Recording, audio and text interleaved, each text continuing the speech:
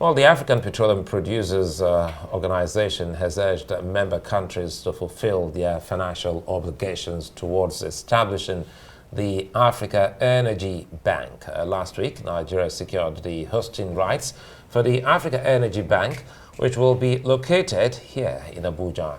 Now, to ensure the bank's operations, Apple Secretary General Umar Farouk Ibrahim called on African oil-producing member countries to contribute their subscription fees of $83 million, aiming for the bank's launch in September. He made this appeal during the 18th ordinary meeting of the Apple Executive Board in Brazzaville, Republic of Congo. The Secretary General further disclosed that the oil-producing member countries had formally written to the Nigerian government to discuss expedited steps to establish the bank. Well, for more on this, energy consultant Tony Akinosho joins us from our Lagos studios. Good to see you, Tony, and thanks for your time. A whole lot happening around the energy sector, and this talk of having an energy bank is something that will excite any African. But again, shed light on this. Perhaps the starting point will be the whole intention of having this bank and what it means for Nigeria and the continent. Good evening. Thank you for having me. I hope you can hear me. Good evening. Thank you for having me. We hear you. Oh, okay.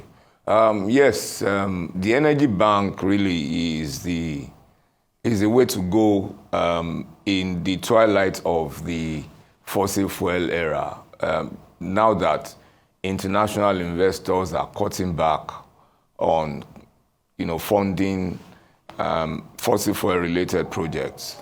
The energy bank, if we call it the energy bank, we ought to actually also be seeing it in the context of funding energy as in totality. So if you have solar power projects, if you have wind farm projects, as well as if you have gas projects.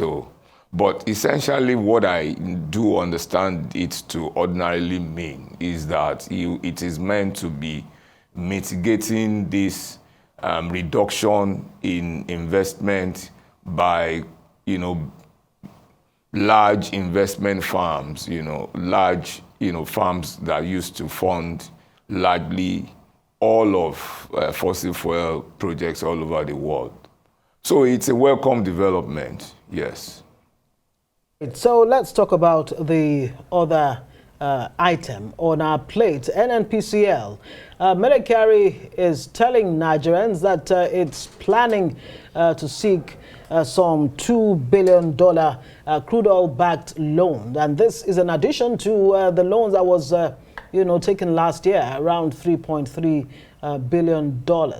What do you make of this crude oil-backed loan?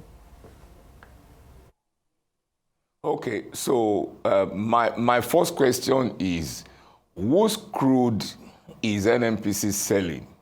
Is it Federation crude or NNPC crude? Because NNPC is not entitled to all of our crude, So my challenge basically with some of these loans is really to ask, considering that we have lower and lower output, what accrues to NNPC in totality also has been dwindling. And we have these challenges of supplying crude to the Dangote refinery. So, because when we talk about these loans, it's actually for export purposes, So when you are pledging these crudes, you're actually exporting in order to get those dollars, essentially. But you then have this huge refinery which has been talking about challenges of crude supply, for its refinery, and not pointing fingers at NNPC, but pointing fingers at IOCs, which is actually not the direction to point fingers at, because really NNPC is selling crude. and NNPC is not really supplying Dangote refinery. So my basic challenge is, again, whose crude is NNPC selling? Now, let me give you a sense of why I'm asking this question. We have what we call joint ventures, and we also have what we call production sharing contracts. Now, most of the joint ventures are 55 to 60% owned by held by NNPC. That means with Shell, there's 55%. With Total, there's 60%. With Chevron, there's 60%. With ExxonMobil, there's 60%. With Seplat, there's 55%. And so on and so forth. Now, those are where the crude that are crude to NNPC, as well as the Federation. The Federation crude is actually those percentages that I outlined. It is when you take away, what is meant to be the Federation, which is going to generate the dollars that you use for your budget. NNPC is only entitled to a certain percentage of that, whether it's 55% of Shell or whether it's 60% of Chevron. So it's a bit of a complex mathematics. Not really complex, but the point is that NNPC is not really entitled to so much large, supply of crude. So when they keep saying they are pledging 30,000 barrels a day today to one loan, and they are pledging 40,000 barrels a day, how much barrels do they have, really? And why are the governors, who are actually the stakeholders, in the Federation account, why are they not screaming? Because at the end of the day, when you pledge those crudes, what basically happens is that when you begin to engage with the governors in terms of what is accruing in terms of the Federation, into the Federation, you can't deliver what you ought to deliver to them, So I'm asking questions. And I think that we should all be trying to find out what exactly. Now, we've had a reduction of production to roughly 1.5, roughly 1.25 in terms of crude, and roughly 200,000 in terms of condensate. So last month, we were roughly around 1.45 million barrels a day, both crude and condensate. Now it is out of let me bring in this Tony Akinosho. Sorry, let me quickly throw this in, because you asked the question, and it's quite an exciting time for us as a people. Energy consultant asking question, we're asking question, and NNPCL seem to still be like the NNPC before the L was added and before the Petroleum Act.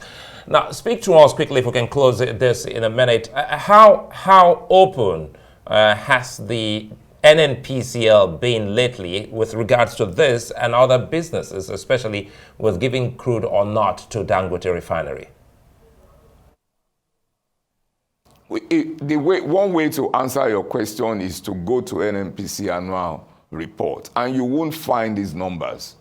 There's no, if you read an ExxonMobil report, you get an idea about what is the production in Nigeria, what is the production in Equatorial Guinea, what is the production in Chad, which they just left. You get a sense of what is being produced. You do not see details of operational technical details in NNPC annual report. So they have never been opened. We do not, and I think that is what we should be worried about. The PSC, for example, is meant to, NNPC is meant to take a certain percentage, after delivering what is the Federation volume to the Federation in terms of, you sell on behalf of the Federation. And there's also the royalty, the royalty taxes essentially go to the FIRS, you know. So the question I'm asking is that, you know, where exactly are these coming from? They need to, right. you know, because it's what determines what goes to the treasury, what determines what goes to the budget. You know, right. That's really what I mean, when you, yeah. Tony Akinosho, more questions than answers. NNPCL, well, marketers are already, you know, asking NNPCL not to, you know, engage in this or to be mindful in the crude oil, you know, backed loans, as it could be detrimental to Nigeria's oil sector. We'll have to say thank you very much. Tony Akinosho is energy consultant joining us tonight on Newsline.